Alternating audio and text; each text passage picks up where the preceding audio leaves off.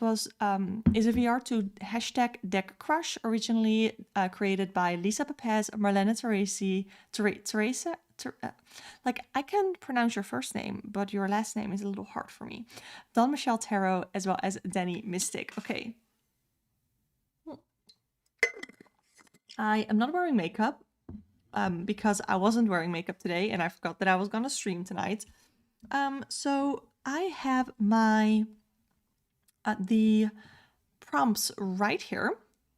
So let's just get started. Okay, so the first prompt is the Fling, a deck with which you had a short period of wild times. So I think, let's see, what is a deck that I have had a short period of wild times with? So this doesn't mean that I don't like it, and it's definitely a deck that I think is gonna come back into my rotation, but it's the Pulp Girls Tarot. So I was really smitten with it when I first got it, and I still think it's a really amazing deck. I did a couple of videos with it, and I do think that it's a really good deck, but I just haven't really been using it lately. So like I said, I'm talking about the Pulp Girls Tarot. And I think this is such a fun deck. It's so fun looking. It's bright. It has bright colors. And I had, like, I wouldn't necessarily say wild times with it, but I just loved it so much. And then I just sort of stopped using it. But I do think that it's a really great tarot deck. Hi, Nikki Plans for Magic. Hello from the Netherlands. Hello from the Netherlands to you as well. So yeah, I think that's my Fling deck, the Pulp Girls Tarot. I do think it's a really great deck, and I definitely want to use it more. I definitely will soon, maybe for the month of March, I'll put it on my desk, in my desk basket, because I think it's a really good deck. Okay, so the next prompt is Puppy Love, a deck with which you were infatuated but couldn't make long-term commitments to. I think that's a lot of decks that I no longer own. Let me think, which is a deck that I like. If I couldn't make a long-term commitment to it, then it's not in my collection anymore. So I'm thinking, actually, let me pull up the decks that I decluttered last year, because I'm pretty sure there will be a deck in there. Like I said, I totally spaced out that on the fact that I was gonna stream tonight, so I haven't prepared any of the prompts, but I think it's fun to sort of go through it. We'll sort of go through it. Okay, so the decks that I decluttered. Let me see. It could be the Happy Tarot. I think it's the Happy Tarot, yes, because the Happy Tarot is a deck that I really liked at first, and I did a couple of readings with it, but then it sort of caught me out on my shit one time when I didn't expect it, and I really didn't want to hear it, so I stopped using it, and then I eventually let it go and I sold it. So it's not one that I have here simply because I couldn't commit to it. So it's not in my collection anymore because I try to keep my collection somewhat small. I have, let me see, now that I have my spreadsheet open, I own 25 tarot decks and 14 oracle decks. So I don't think that that is too bad. But yeah, that is a deck that I was infatuated with but couldn't make a long-term commitment to. So next we have Friends with Benefits, a deck that you care about but sometimes get extremely passionate for. I don't know if that's necessarily a prompt that I would associate with Friends with Benefits, but let me think. What is a deck that I feel like it's sort of like it's one that I always like, but sometimes I really feel like using it. Let me think. It could be like the Tarot of the Divine, because that is one that I do really like, and that sometimes I feel very passionate about it. I think I'm gonna go with that. Ooh, okay, here is my Tarot of the Divine. Let me see. Let me pull up the live chat. Okay. So The Tarot of the Divine is, I think, my Friends with Benefits, just because sometimes I really like it. And I feel like when it comes to actual Friends with Benefits, speaking from experience, not recent experience, luckily for me, but Friends with Benefits, I feel like is sometimes a little bit on again, off again, because yes, you're friends, but once you sort of cross that lines of being friends with benefits, it's a little bit risky. And that is sometimes how I feel about this deck. Sometimes I feel like I should just sell it and I should move on. But then other times I get really passionate about it and I really like the idea and I really want to how do I want to say this, commit to learning about all of the stories behind this deck, because I actually do have, and I have it right here under my desk. I have the book that comes, or that it doesn't come with the deck, but you can buy it separately from the deck, Beneath the Moon. And this one has all of the stories of the cards in it. And I have read a couple of stories. I think that they are okay. They are not like, it's not like it's a story that you read and that you fully dive deep into, because there's just one page per story. So there's just too little time, too little words to really get connected to the story. But it's like an overview of the story, if it makes sense. So yeah, it's like I like it. And I definitely want to keep using it. Because this definitely was on the chopping block for a time. And I feel like the same goes with Friends with Benefits, right? That you sometimes you feel like, oh, I might want to commit to this and make it more serious. And that is how I feel about this. And then other times you're like, okay, but Friends with Benefits, now that you've crossed the line, that you're like, okay, but now we can't really be friends because, we saw each other naked. So that is sort of how I would say with the Friends of Benefits. And I think that that is a more accurate depiction of what it's really like to be friends with benefits with someone. Okay.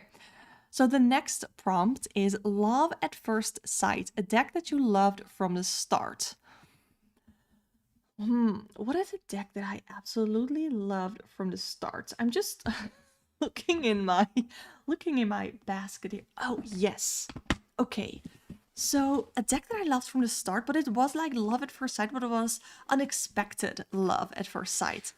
It's my Intuitive Night Goddess Tarot. This is one that I got from a channel member here. You can become a channel member to support me, to support the channel, which you don't have to. But she purchased this deck for me, and at first because it was on my wish list, so it was one that I was interested in. And to be honest, I don't love the look of this deck, like the look of these images. It's not a deck that I would call pretty, but oh my god, it knows me so well. And this is what I feel like love at first sight should be, because it's not just that you love the look of the other person, but you love their energy. There's something intriguing about their energy and something that you really love about them that intrigues you, that it makes you want to get to know them better and want to hang out with them more. And that is exactly how I felt from the start from the Intuitive Night Goddess Tarot, that it knows me so well. It like took no time at all for this deck to get to know me and to let me know what I needed to hear. And this is one that I reach for when I need some really insightful readings for myself personally. I don't pull from this deck for someone else. And I feel like that is with Love at First Sight as well. You don't want to share that person with anyone. And I don't want to share this deck with anyone either. I etched it black myself, by the way. And I feel like that makes it even more sort of mysterious, right? So that is the Intuitive Night Goddess Tarot. This is definitely a Love at First Sight. Okay, next. I'm gonna take a sip of water next, and then we're gonna talk about a one-night stand. Have you ever had a one-night stand? I think with the original, like the actual definition of what a one-night stand is, I've never had one. But it says here, a deck that you tried out but moved on from almost immediately. Sometimes you still think about that deck. Ooh, let me see. Let me take a look at the decks that I decluttered, because I feel like with a one-night stand deck, this is also one that I probably no longer have, but one that I still think about. Let me think. Hmm. I don't know if there's any that I let go of that I moved on from very quickly. I don't think so. That's interesting. Because usually I won't get a deck that I um, immediately let go of. Well, actually, there was one, but I don't think about it anymore. I did not like that deck at all. It was called the Earth Alchemy Oracle. And I tried it once and I hated it so much. It was like a one night stand gone bad, but it was like bad sex at a one night stand. And that was my experience with the Earth Alchemy Oracle. Because I just didn't like it. It was way too complicated for me because it had a plant or it had an herb or something like that combined with a crystal and maybe also something else with alchemy, I guess, which I know nothing about. So it was all these things that I knew too little about, and I didn't find the guidebook very insightful. I just could not get on with that deck. I actually do have a previous live stream where I flipped through that deck. So that was like my Earth Alchemy Oracle. That was my experience with that was like a one night stand with bad sex. That is what that deck was for me. So yeah, these are really fun prompts, but I'm making them a little bit more explicit than they needed to be. But I don't know. I feel like that. I feel like that fits with me. Oh my god. Okay, so for this next one, it's the We Were on a Break. And of course, if you know where this is from Friends. I do actually have the Friends tarot deck, which is probably not the one that I'm using for this prompt, but this is a deck that you have separated from for any reason. I will say a deck that I'm currently on a break with. Where is it? Oh, the deck that I'm currently on a break with is the Wild Unknown Pocket Edition, because I want to keep using this deck. But when I used it at first, it was really intense. And I don't think that that fits with any other prompt here. But it's a deck that was really intense for me because it really called me out on my shit. And I feel like I'm at a point now where I'm needing to do some work with this deck. So I'll probably pull it out soon. But yeah, this was really intense working with it. So I thought, you know what? I need to take a little bit of a break from this because it's a little bit too intense for what I could handle at the time. And I'm not gonna lie, I am not doing super well mentally and physically right now. But somehow I feel like a little kick in the butt from my Wild Unknown Tarot is exactly what I need. But if I'm thinking of, okay, what was going on with We Were on a Break from Ross, right? From Ross and Rachel in Friends. I hate that couple. I totally hate them. I don't like that Ross and Rachel had to get back together. I don't know if that is controversial. I know a lot of people don't like Ross. I'm not saying Rachel is great, but at least she had like some personality development, and Ross was really more one-dimensional, not as one-dimensional as they have made Joey nearing the end of Friends. But if I'm thinking, that is, what energy would I associate with the We Were on a Break? What energy would I associate? Because it's like cheating.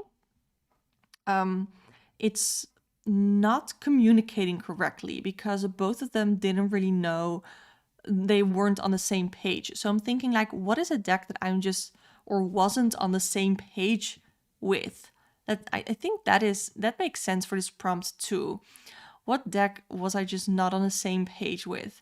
I think maybe the Legendary Ladies Oracle, because that was really pretty, but it was all goddess energies, and I don't really work with goddess energies. Julia says she never liked Friends. I get that. I really like Friends. We are now watching How I Met Your Mother, and I think I like that better than I like Friends. Anyway, Yeah, I was just never really on the same level as legendary ladies. I like the idea of working with goddesses. I like the idea of working with goddess energy, but in the reality, I don't work with goddess energy. And I've had the other one, the other Oracle deck by Kyle Gray. Let me see what that deck is called. Kyle Gray. What is his deck called? It's the Keepers of the Light Oracle. I think that, yeah.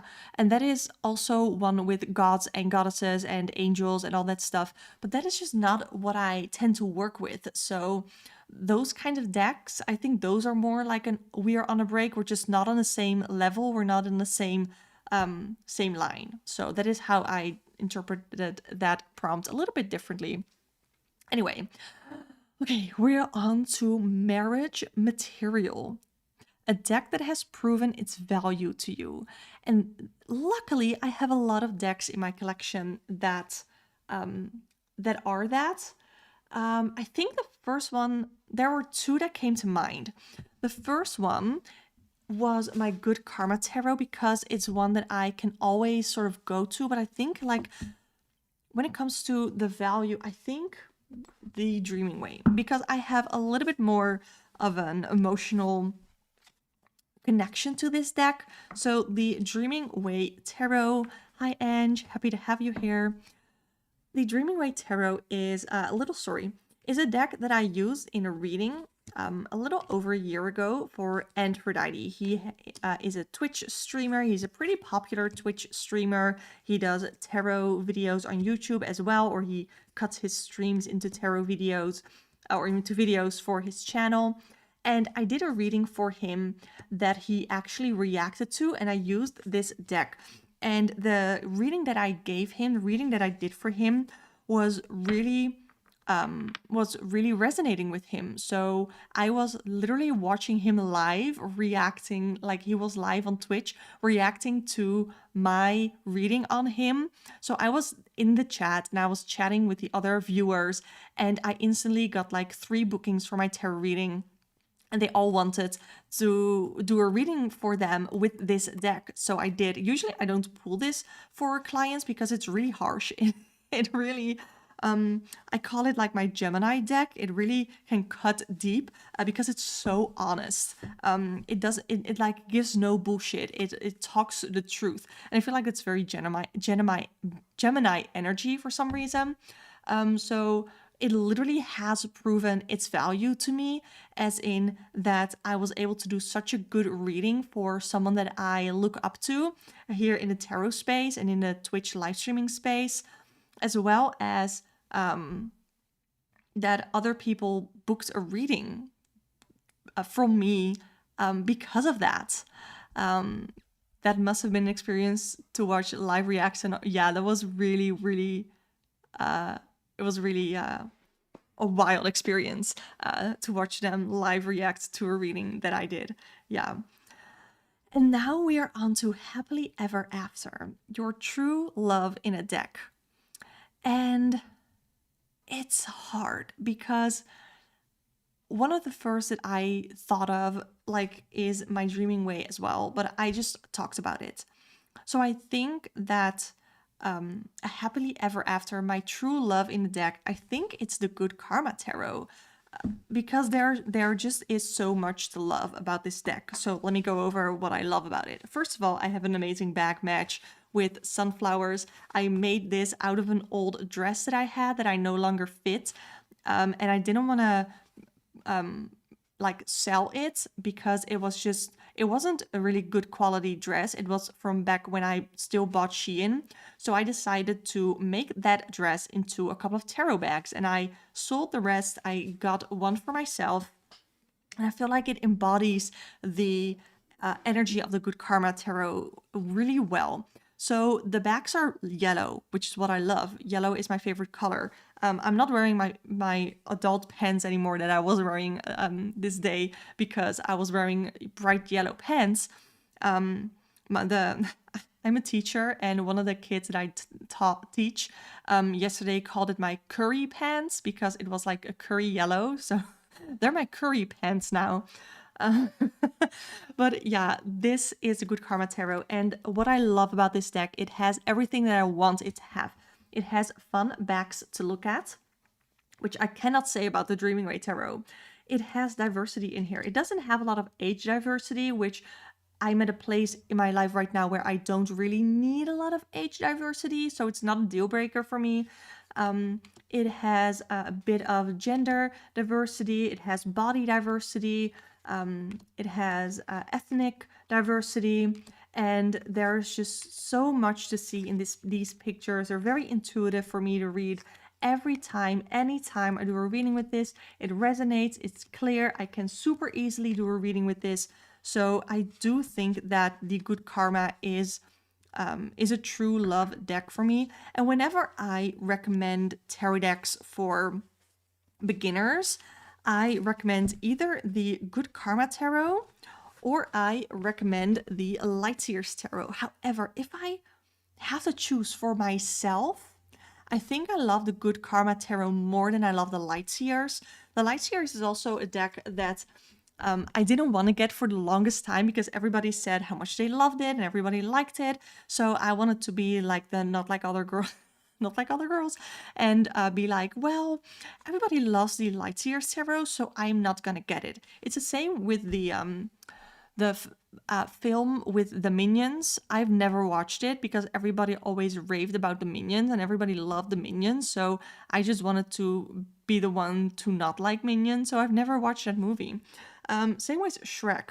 This might be very controversial, but I had never seen Shrek until like 3 months ago when my online friend on Discord said that I was horrible for her never having watched Shrek, so she made me watch it with her. And I don't like it. Everybody loves Shrek apparently, but I don't. I don't like it. So let me know, what is something that everybody loves that you're like, I don't see it. I don't get it. I don't like it. Whether it is a deck or a film or whatever it is, let me know in the chat.